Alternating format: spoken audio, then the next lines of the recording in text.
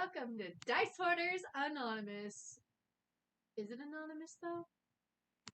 I don't think it's technically anonymous if everybody knows who you are. Well, not everybody knows who we are. We're not famous enough yet. No, but enough. I mean... I suppose that's a good point. Anywho. Welcome to our strangeness. We are here to hang out and answer some questions. We don't have a whole lot of those yet, so if you guys happen to have some more, you're welcome to insert in chat. Alternatively, for future events, you can also post them in the comments on our Facebook page, or even on the YouTube channel videos itself. We'd love to see your questions so that we can actually answer them better. Mostly because it helps us all think. I know it does me, so I assume it helps you guys too. It is helpful. We definitely want those things because it helps us dig more into our characters, which I find to be quite insightful, especially as the DM. Gives me some better ideas as to what you guys are wanting, seeing your characters, where you want them to go. Kind of a better idea as to what you ultimately want in the game. Because I know sometimes people think they want one thing, and then after they start playing, they're like, that didn't quite work like I wanted it to. I would really actually rather this other entirely different way of playing. Like, anyway, we're here tonight with the three of us. We're eventually going to have other people on too. But hey, we have a new person here for, well, I say new for Dice Hoarders, I guess. But, excuse me, new for this, our wonderful Rowan, also known as Alexis or Alex, which do you prefer? Either or at this point. Either or. I've tried to change it, and at this point, I will just answer to either. So you may choose. Well, we'll see what the fates decide. As long as it's not Alexa, I'm not a robot. Oh, no. I'm not a talking speaker. No. And no, every time I hear that name, I go, yep. I wonder if they have any kind of product, Alexa, because that's going to get real confusing real fast. Yeah. And I think there's at least one that I know of. And I'm just like, that's got to be confusing when you're shouting for your kid, Alexa! Yeah. And all of a sudden, well, it kept setting off the day we were having the technical difficulties. It kept setting off the tablet. So It's true. We can't use my Amazon tablet for when you call in. I had to just turn off that feature. Oh. Never use it anyways. Sorry, my voice is still in recovery from the allergy ick stuff going on. Like, I got the allergies hit, and then I got an actual cold, and then because the allergies just stayed the whole time, the cold is still kind of just hanging on, but it's not really a cold, it's still just allergies. Yeah. So it's got that like excessive drainage and facial pressure that makes you want to die. And so, I got teeth issues, and it really doesn't like those at all, and it hurts. But my voice is sorely lacking because of dying half the time. Thankfully, reading at school too much of an issue. At least today. We'll see how tomorrow goes. So we have some questions we'd like to ask. Let's see, where do we want to start? So let's see. We actually have one question. You bumped a cord, which then bumped the soft of my foot. I thought it was a mouse. Yay. All right, so we actually did get a question from one of our viewers. Garrett Robinson asked on Facebook how you guys are liking your characters. Do you enjoy playing those characters, and do you feel capable of contributing in combat with those characters? How are you guys feeling? So Rowan's the second character I've ever actually made. So I've only been playing for like a year, and this is the second group I've had. And so the first group I played with was at the school, and I had one character that we're running Tiamat campaign. So I just brought her over, and then we picked this one. But I went more in on the backstory for sure. Like I've written up family trees. I've done like a journal for like Pages. her family. Like I had a whole thing written out, and so like I hope we can get to some of it at some point. But it's Oh, like yes, it's yes. nice. Like I have that backing, but it's just still like fleshing her out through me. I'm still getting used to that. Getting used to So playing fun. her and Yeah. But you? I'm having fun with Marwyn. More fun with Marwyn than I think with this group than I was going to have with Reeve for sure. And we kind of talked about that a couple of weeks ago. That Reeve was The odd man out. yeah, he was meant for a group of quiet, shy players, and then every one of the players came out with massive big dick Crazy. energy, and I just went cool. But I'm having a lot more fun with Marwyn. Definitely not worried about him contributing in combat.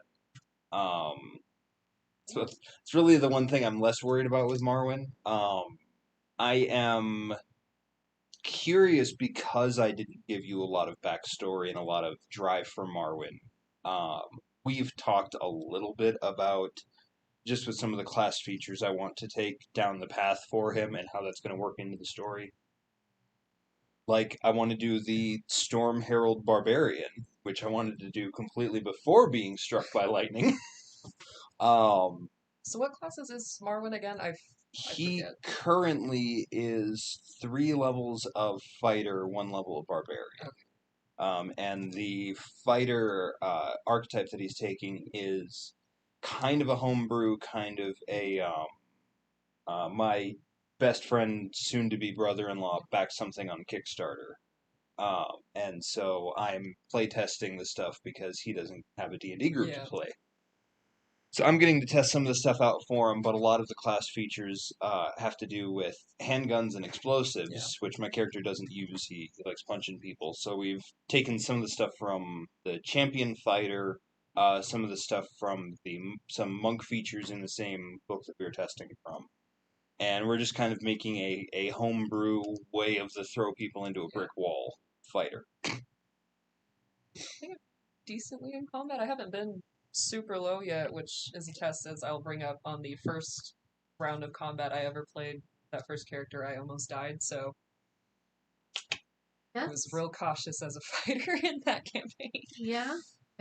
I'm actually really excited to see you come out of your shell.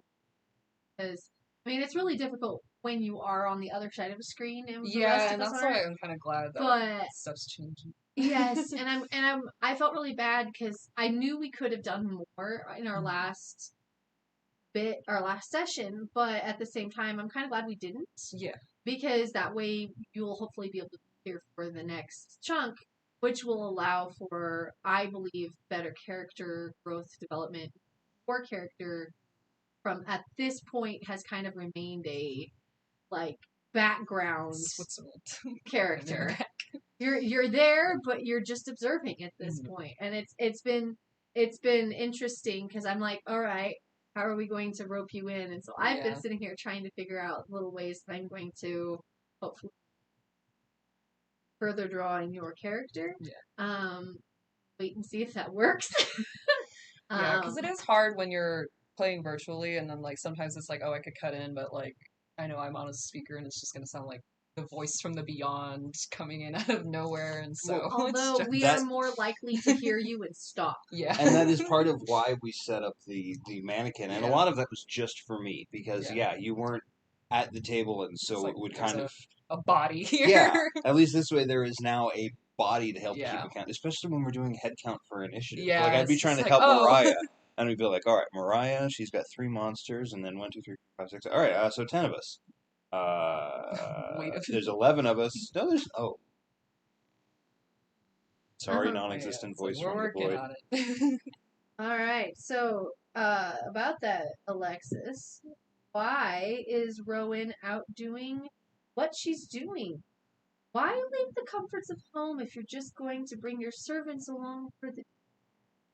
So it's more of a she wants to see the world. So as like with the noble and like the story I wrote for her, she's not been sheltered, but she's been very much not out in like the world outside of like her family's world and the stuff that comes with that. I don't want to too far spoilers for later.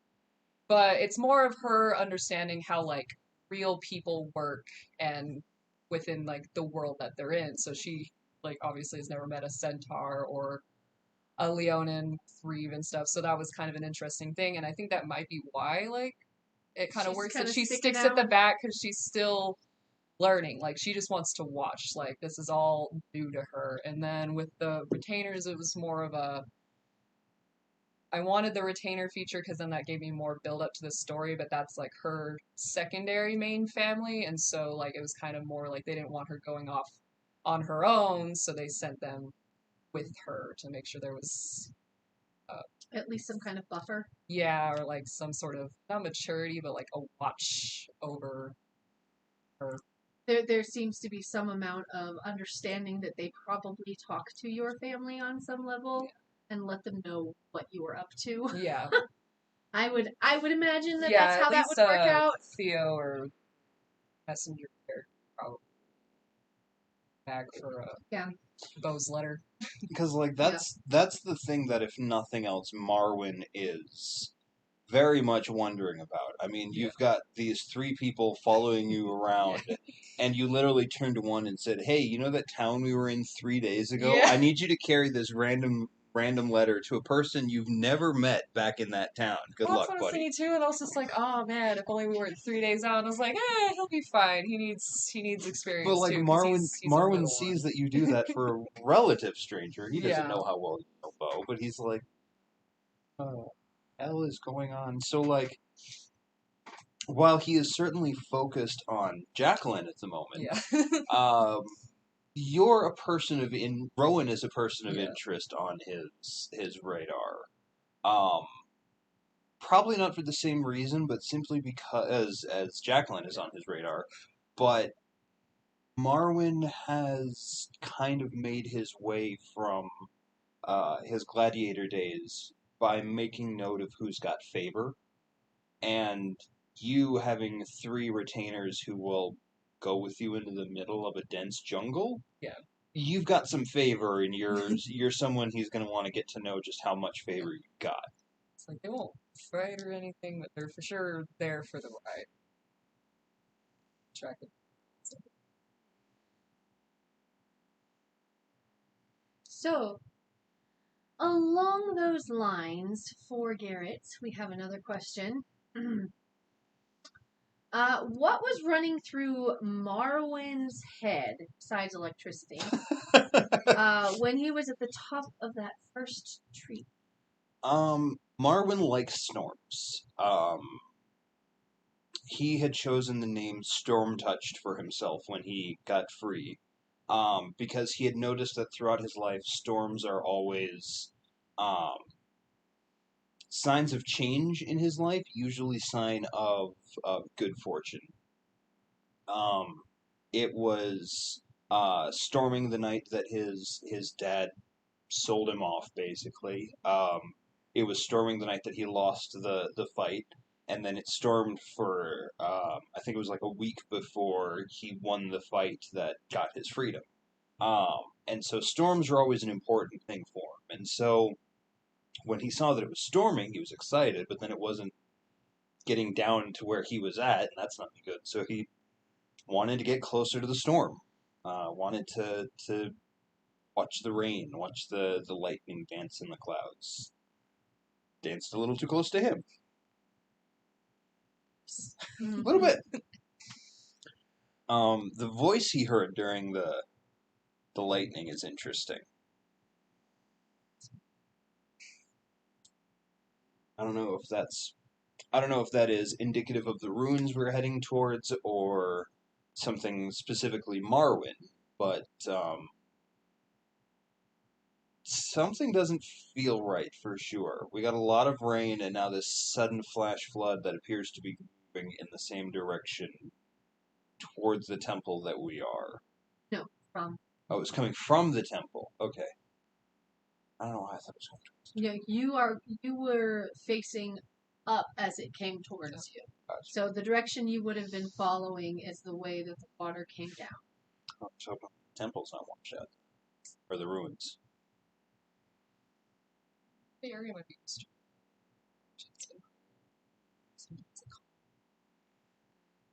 I mean, Marin Fall.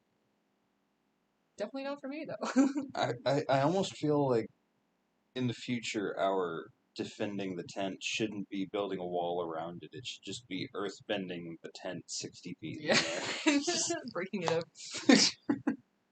That's not actually a terrible idea. Keeping it below the canopy but above the ground so that such things as flash flood. Although you would have to have a good enough thing because a flash flood would Or just and you'd go, you'd be gone. It's like, is it more earthy has been? Yeah. I don't know. Just like these cantrips more than I've ever seen. If they're a cantrip, though, Yeah. you can keep You just using keep it. doing it. Yeah, I mean- yeah. Caleb burned down a boat with firebolt. Yeah. I mean, it's just That is the one cantrip I have as a high elf, and I don't get to use it much aside from lighting fires. At this point. Nice though. All right. So, Alexis, how does Rowan feel about the group or travel? Do you trust or distrust any of them in particular?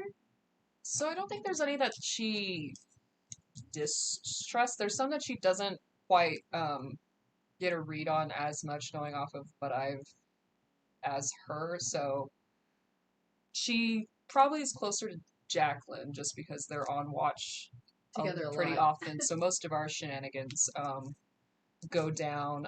As for the rest of them, they're all they're still new to her and she's still trying to get a read. I want to say North is probably an outlier, as is Ristos, just because he's newer and she hasn't, I don't think, actually talked in game. yeah. We need to start breaking up the watches and stuff. Yeah, I was Just gonna say always it's like taking let's the same scramble watch. it a little bit, mix it up. Because I mean, like that just leaves like me and Sam to roleplay and interact, and now like the next time we're getting together, Sam's not coming in until the halftime because he doesn't get off work until late. So I mean, yeah, he messaged today he won't be able to make it till 30. Not this Sunday, the second when we're starting schedule. So Oh, yeah, that's if Sarah. Yep, that's what I was thinking. Sarah's got all this stuff, and if we're just doing exploration on the way there, it's no big. What it's not going to miss much in theory, miss much that he can't watch the stream to catch up. you will more than likely be getting to where you are to get. Yeah. Just, I mean, Well, I mean, just if in that first half, that's all he misses is us just that's true. rounding up the more bounders and getting back on the road. Then he's not missed much, and he can watch the stream. Or yeah. Boats. Interesting. I think the last time we were on watch together was when we fought the snakes. Was that our watch? Mhm. Yeah. So I think that's why we haven't done it anymore. It's the bad luck. She thinks Marwin is odd, very bold, but I like to watch the preceding interactions with Jacqueline.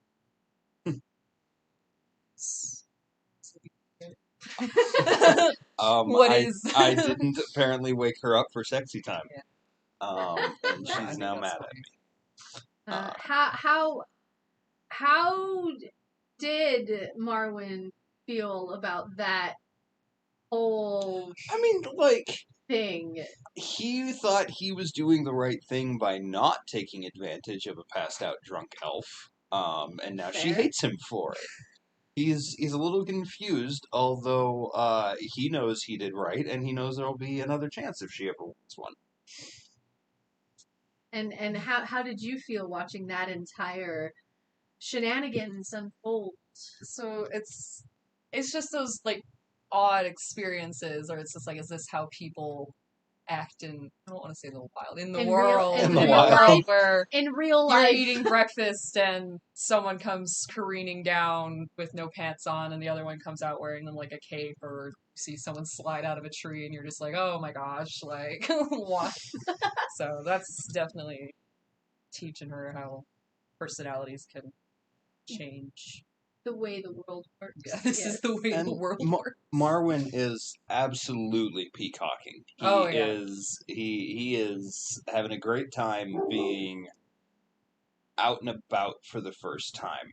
That was the exact word too, and I didn't Peacocking? get a chance to say it because we moved on, and I was like, ah, whatever. No, he absolutely is. Between the bright purple dyed hair, I kept thinking in my head that he's blue he's blue, and I was like, he's not a sea elf or anything, but just in my mind, I was like, oh yeah, he's blue and has a mohawk. nope. That's my druid character. Yeah. My elf druid character is Yeah. greenish blue with a mohawk. So I know I don't actually have a whole lot. I have a question for me, but do either of you have a question for me that I can answer? Because there are some I won't answer. I mean, you can ask it, but you know.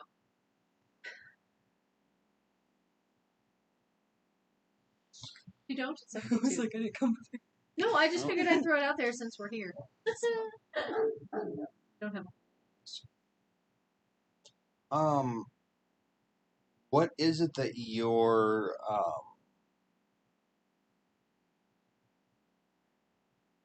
what are you most surprised about with this group?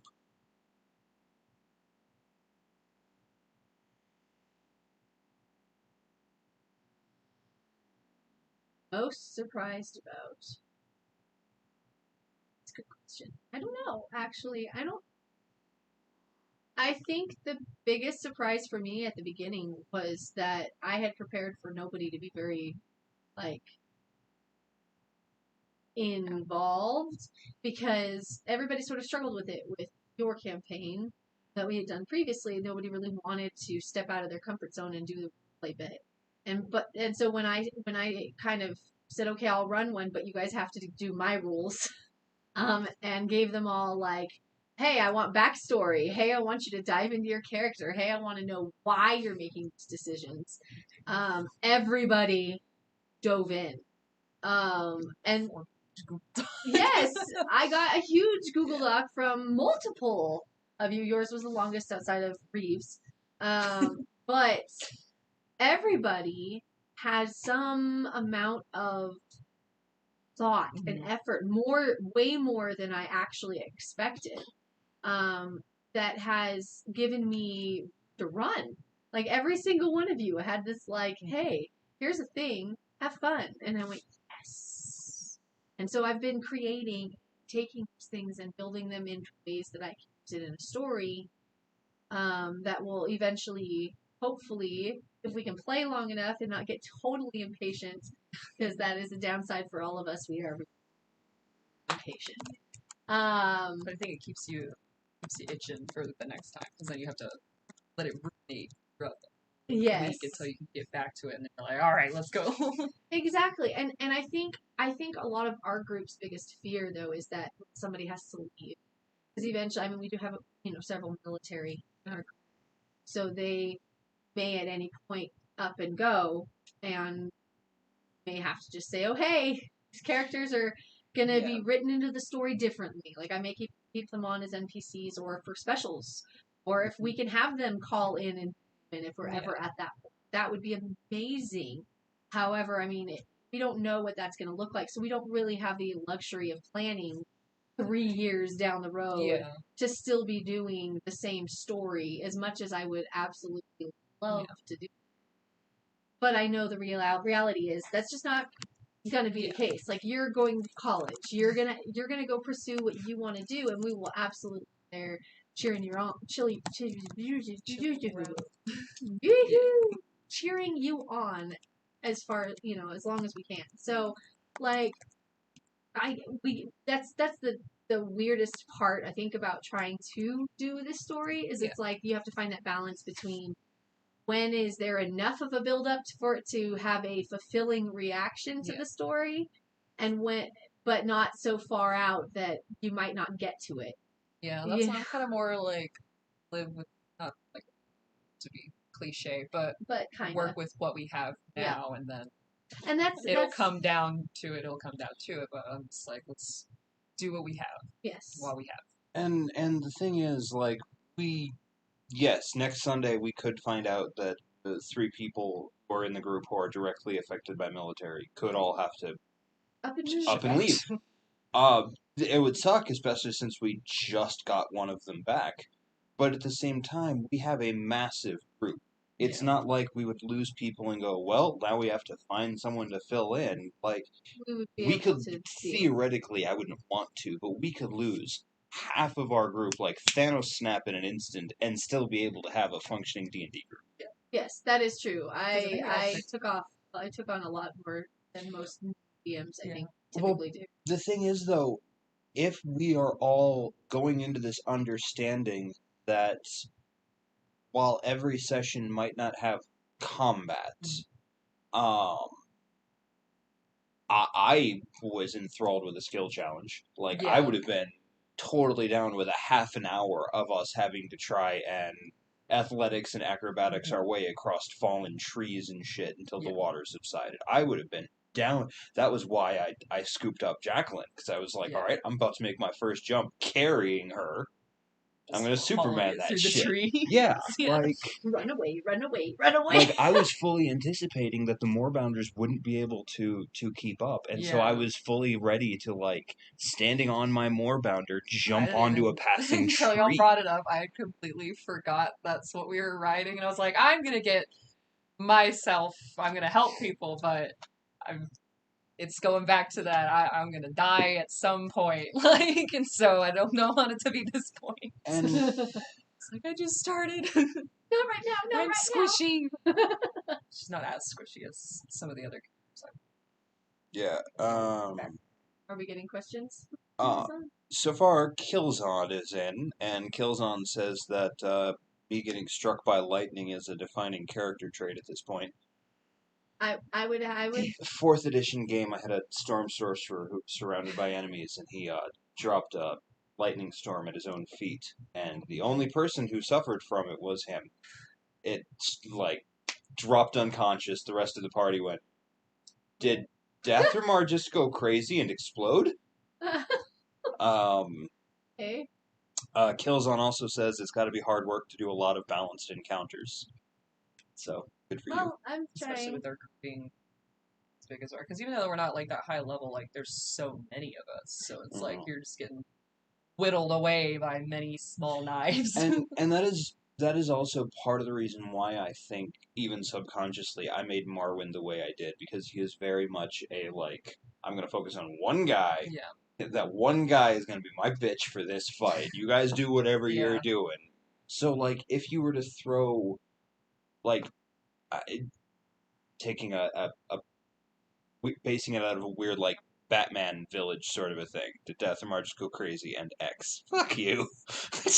That was the group's catchphrase. Did Dathramar just go crazy and insert whatever stupid thing Dathramar just did here? Killzon saying that. Dathramar was my 4th edition rogue that I had. You know? Oh, okay. Like, I don't know this name is. Like, I'm hi. Sorry. I'm reluctant to use real names online. No, that's fair. What was I saying? But I just was like, you could have nodded. Like, if the group is facing a, I don't know, like, Justice League Legion of Doom X style thing, like, the rest of the party can deal with the grunts and the goons while, like, one person tries to, like, I don't know, Ristos tries to match minds with Lex Luthor or something. I'll go stand in the corner and punch Bane. Like, I will go, that guy. I'm gonna take this guy. You guys deal with the other 99. That guy. It's gonna be the whole straight-up Happy Hogan from Iron Man 2. He's gonna be boxing with one guy in the hallway while Black Widow is fighting 20 of them, and then he's gonna feel proud of himself. It's like, alright, this one guy... Oh, you guys killed all...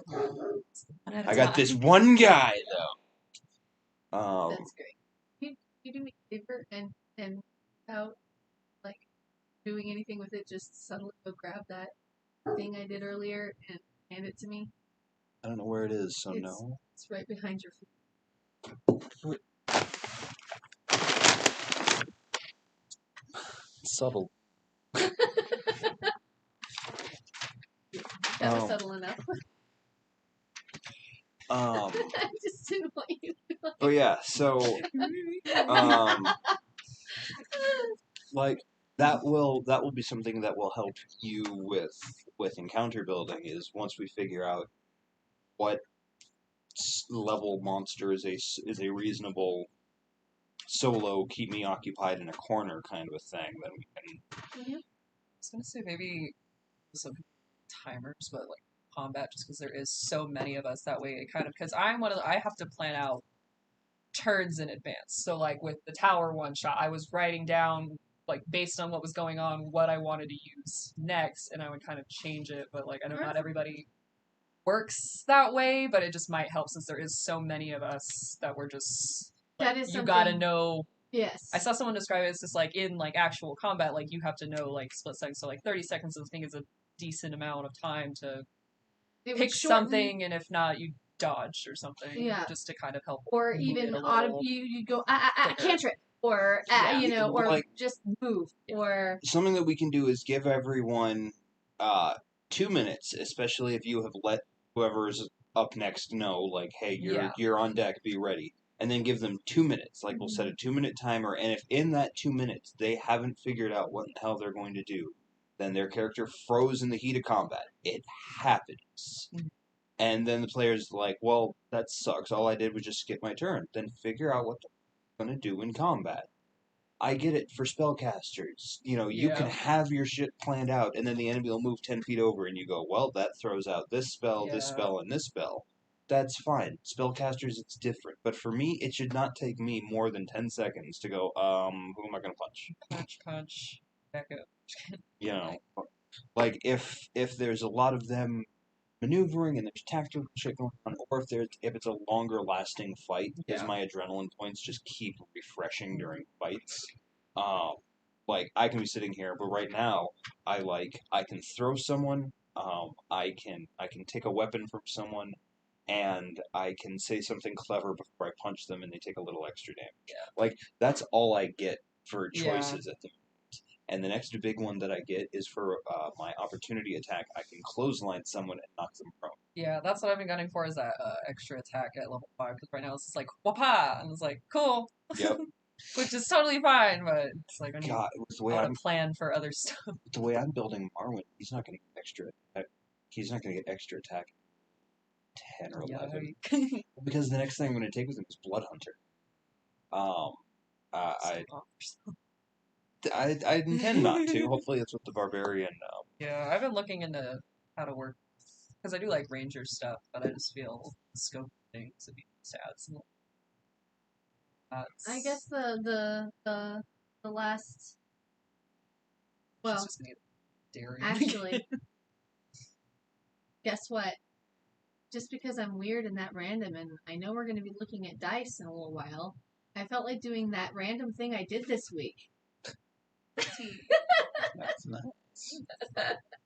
I've been practicing my art. No, I really just felt like totally derailing. Okay then. What else is there? So yeah, all right. You have it. Send it. Because we don't. Yes, we need. If you're at all inclined, we need art. Yeah, I'm sorry. I always love. Halogen says, Halagorn says, nice flower. Thank you. It's colored pencil, and never drawn anything like that until now. I only dabble in art, so.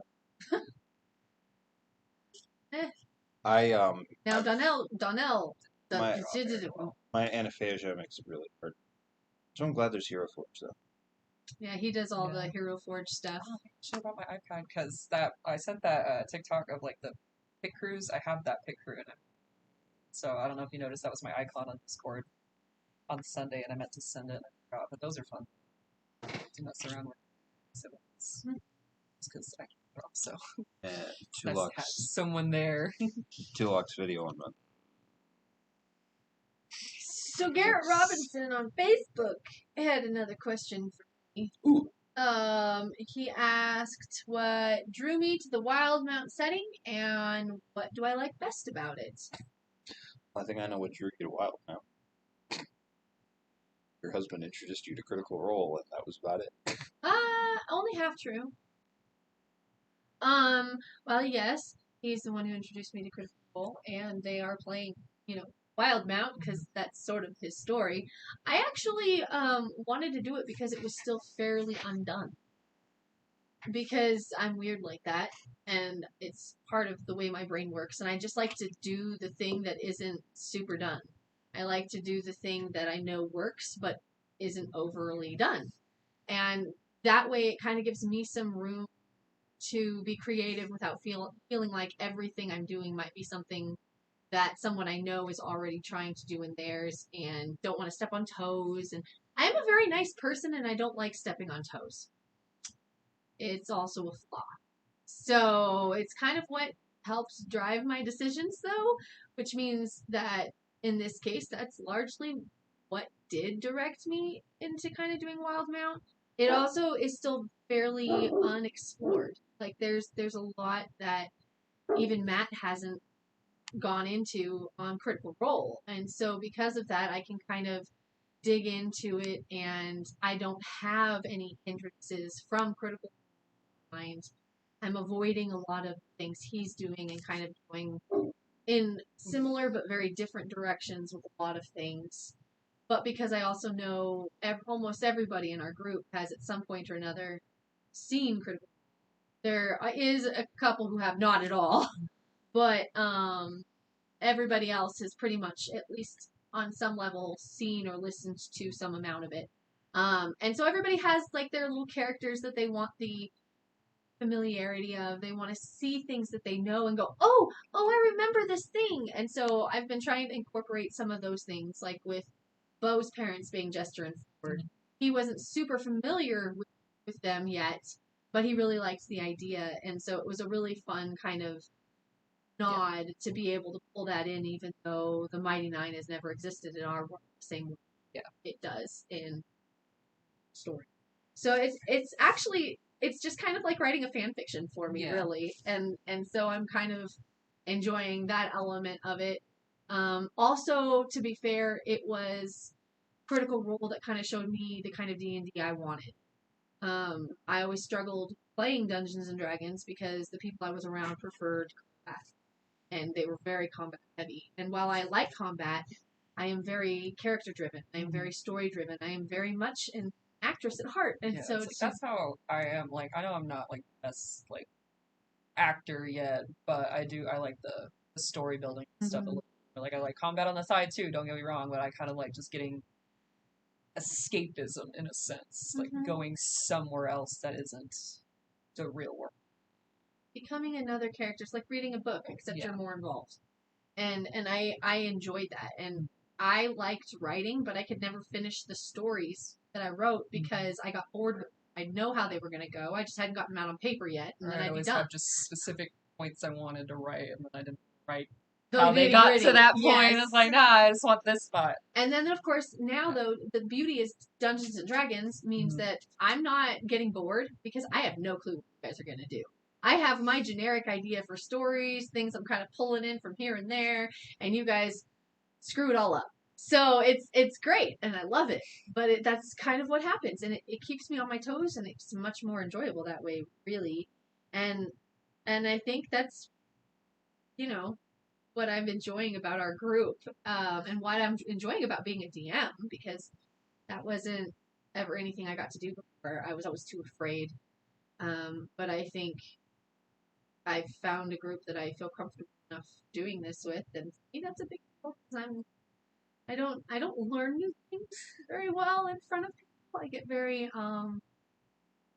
stressed, and so not only am I learning to be a DM in front of a group of people, but we've decided to do it in front of whoever's willing to put up with my shenanigans. So it's kind of go big or go home. Yeah, like Trial by fire. I'm just winging it, Yeah. and half the rules I don't even know them. Haven't read the books, not a clue. Garrett is my voice behind most of those.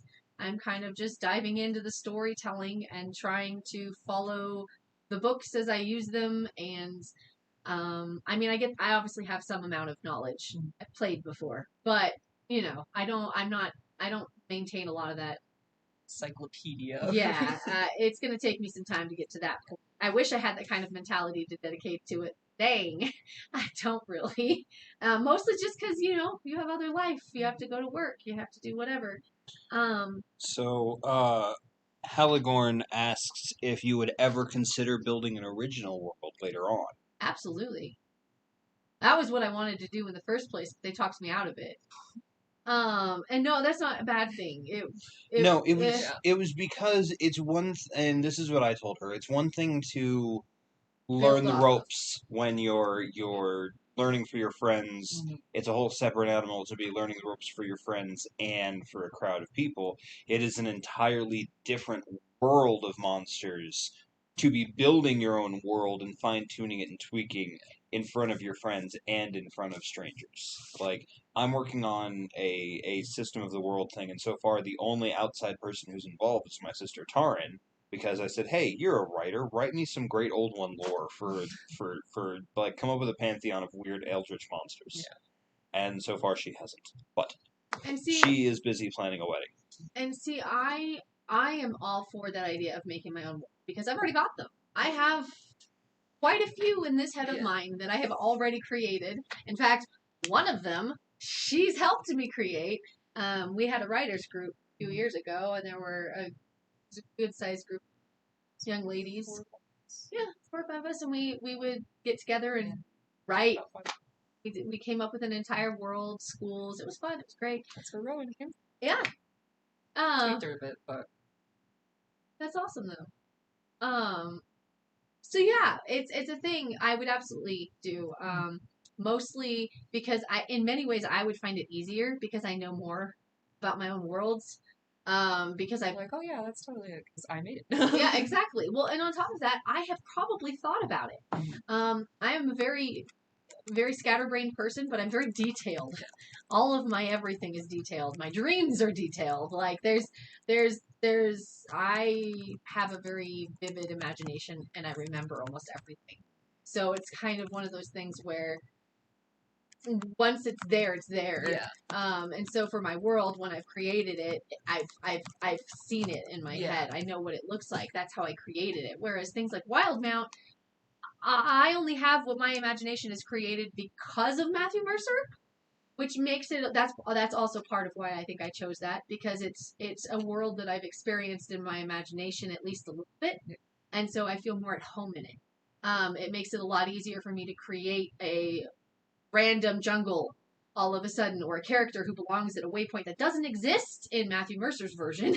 So like those sorts of things I thrive on. I kind of thrive on that building and creating of worlds, and I would be very excited to do that. I just have to get a little bit more comfortable with the DMing aspect of rules and like stuff. You got the blue. Yeah. Get the materials. Yeah. Give me a few more years and maybe I'll get there and you guys can, or if nothing else, I'll just start telling my stories. I can get on Twitch and just do audible storytelling. That was actually what we wanted to do with our writers group. We wanted to make a YouTube channel where we told stories about the world that we created and then like did art to do the stories and stuff. It was kind of a cool idea. We just never did it. Now we just need art for these cool stories. Yeah. Someday, or maybe Maddie can up someday too. One of the things that I would really like to see is, because we do have these periods where we know we are going to be doing either non-canon stuff with the Wild Bunch because of players' work schedules, or we're going to be doing these kind of one-off one-shots or series of one-shots, whatever. I definitely think that every player should run something And I think it would be interesting if we were to get things set in other campaign settings. I know Tasha, for example, won't shut up about Sword Coast, but that's because she's got a thing for Hot Drought. Um, I know Danelle has Danelle has a her game she's world, working on. yeah, her whole. It's the same one. And she's tweaking through the beta testers. So, and like I've thought about it, I just start. I know there's so many. So I have things friends, and they're like, "You go there like Sunday, there a long time." I was like, "Yeah, it takes you a while to work out everything and make sure everyone has their stuff." And so I want to maybe a small run through them, even just like teach them the character creation process, so that way they're aware of all that goes into it. That'd be cool. But yeah. Take her to Zendrick. Yeah, well, that was what I was going to say. Is one of the at some point I wouldn't mind running either a mini campaign or a series of one shots set in Eberron, which is this cool sort of pulp noir magic and technology are mixed, so they've bound lightning elementals to make speed trains and stuff like that. That's where Artificers first came from. It's a really cool setting, and at one point it had this cool thing with the lore where the number 12 but actually 13 was really significant. Like, there used to be 12 moons and then one just disappeared from the fucking sky. Where did it go? I think that there were like 12 dragon marks, and then or there were 13 dragon marks, and then one went crazy, and they were like, okay, we need to go exterminate that one. So it's just this whole ongoing thing with 12, but actually 13. It's just kind of cool. I don't. Yep, the lost mark of death. Thank you, Killzone. Basically, the other dragon marks went, oh, the people who have that thing can like literally touch someone and they die. That's not cool. We're gonna kill them. But yeah, so Eberron's a fun world. I wouldn't mind running a. Okay. Yeah, I just remembered a story idea that I had for our campaign that I'd forgotten to write down, and I just remembered it. Great. You give the DM ideas. Well, it has now been about an hour. Do we want to swap over to showing off our click class? Yeah, so we all sort of have a problem. It's called collecting dice. Some of us are working on trying to become dice dragons, not dice goblins, like most of us are. So yeah, we're probably. Did you just The again handles slid off between. help? It's again. Why is that on? Help! It's again. I have to pick up something for somebody on my way out, and I forgot I set an alarm because I'll forget. I will drive all the way home and be like, I forgot. Oh my god, that was funny. Oh, that was brilliant. Perfect timing, man. Anyway, like, why is it we figured what we would do is, as one of our fun little special things is show off dice. Because we like them and we collect them and we can't remember worth a crap where they came from. So sorry everybody who makes them because they're awesome and we love them. We just don't always remember where we got them. Alright, I got mine. Where's your dice? There. You want me to get you the metal ones? Sure. They are not in the box though.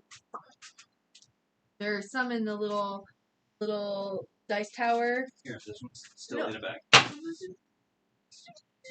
Just gonna want those Yeah, ones. I was gonna get Scanlan ones then, but then you offered to get the metal ones. Are they all in the bag? Yeah. Huh? Alright, so the camera up on you so you can. Oops, not that. It's not that. Program. You want to do what? You. Hi. So that you can show the better. Whoop, there you go. All right. So mine that I was gonna show off, my hubby got for me because he loves me. They're critical dice prize. I love the dice bag, and best thing is they're Scanlan's dice, which I haven't actually watched campaign 1. I only know vague things about campaign 1. But the reason why he got them for me is because of the it's the music notes. It has the music notes. I can't freaking hear. It's being difficult, and I'm not all here right now. So, Marijuana. don't know if you can see it. That's little. Come on, focus. Stupid camera. Oh, my arm's falling. Get back in frame. There we go. Can't quite see them, but there's tiny little music notes on the. Yeah, they're itty bitty right there. But got them for me because they have music notes on them and they're sparkly. And I'm kind of, I like to sing a lot, so that's sort of a thing for me. So it was very sweet. So I really love. She's our real world bard. I tried to argue, but I don't know if I can. I think I probably am the bard. But that's okay. I'm the weird one. No. Okay. Super. Yeah. If you wanted. They couldn't hear you at all. So. Nope. TLDR, sea salt, ice cream, Kraken dice. I'll show the 20. Very nice little dice. Oh, Chris is watching, I think. With a coin. Is that Halagorn? I keep trying to show it upside down because it looks like a deer. I know. I keep thinking it's like the Kraken, like but I'm like, oh yes, a deer. Fox. Yeah. And then it also came with, I forgot to mention this little itty. Oh, look at it! Oh my god, he's so tiny! I don't know if that was just with a sale or because I bought one of the bigger sets, but it came with a little baby. It's so cool. So yeah. Okay. And yes, Chris is Halagorn. I see. I didn't know. I don't know. All right, and then I said that in honor of yesterday being 420, I got dice that look like weed. They're green with little flecks of purple. You can't see it super well in the camera, but it looks certainly like certain strands of marijuana, and I appreciate it. Okay. So someone had to they're weed dice by now. Though. They're like yeah, they aren't cute, at all what I thought they were. They're not nearly as pretty as they could. I don't mind them, actually. Like, they kind of make me think of, like, a dice you would use for a goblin or something. But, we both got a set. But they have, like, this booger green quality, too. Yeah, see. We realized they look like bong water. Yeah, they look like bong water, and it's terrible. Which is great, because, for the theme, it's fine, but I just don't... It's not very pretty. No. Not really. I don't like that color. It looks like small. Yeah, now see, like, the D6 isn't bad, because you can see some of the actual, like, cloudy stuff inside. It just... You have to look. It looks like scum. Color. It looks like scum. Like scum on a pond or something. It's really weird. Yeah. So we were a little disappointed. But the ones I got for him, I just looked for dice that were green and purple. And I came across these, and they're beautiful. Yeah, they have like just little hints of purple amongst the green and gold and stuff. So good. It looks pretty spot on. I was pretty proud of myself. You did very good. It looks like Drago. It does. It does. Yes. What's the strain? Strain that we seriously ground it and looked at it next to the dice, and it's like, I wouldn't know. No, it was before it was. It was just like I wouldn't know. No, you wouldn't. But yeah. People can know next year. Yeah, they can. Finally. But I do believe that will about do it for. Yeah. So, unless anybody has any further questions they'd like to throw at us before we wrap up. Pond scum. Chris any says. Questions about previous episodes, questions about their characters, questions about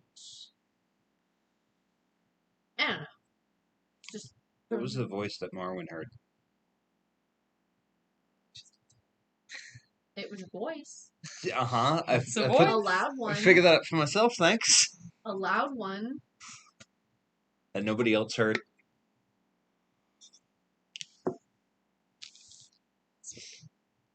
Okay. Fine.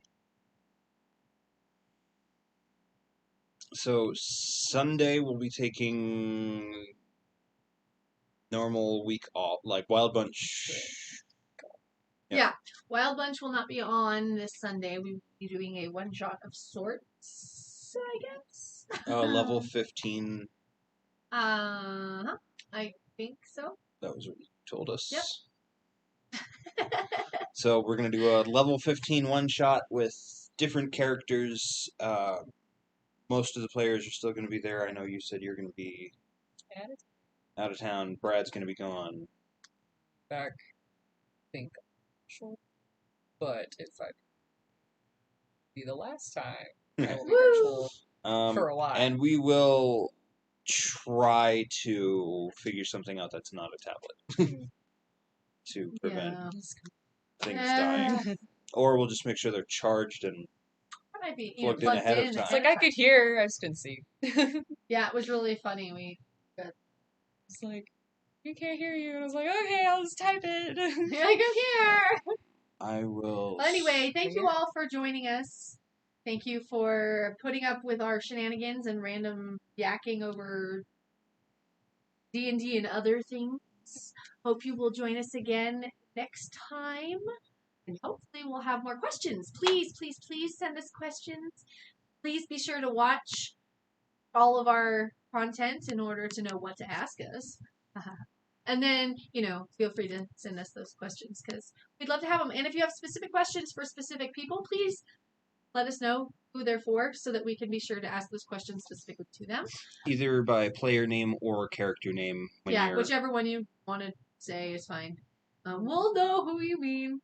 But on that note, I guess we will see you on Sunday.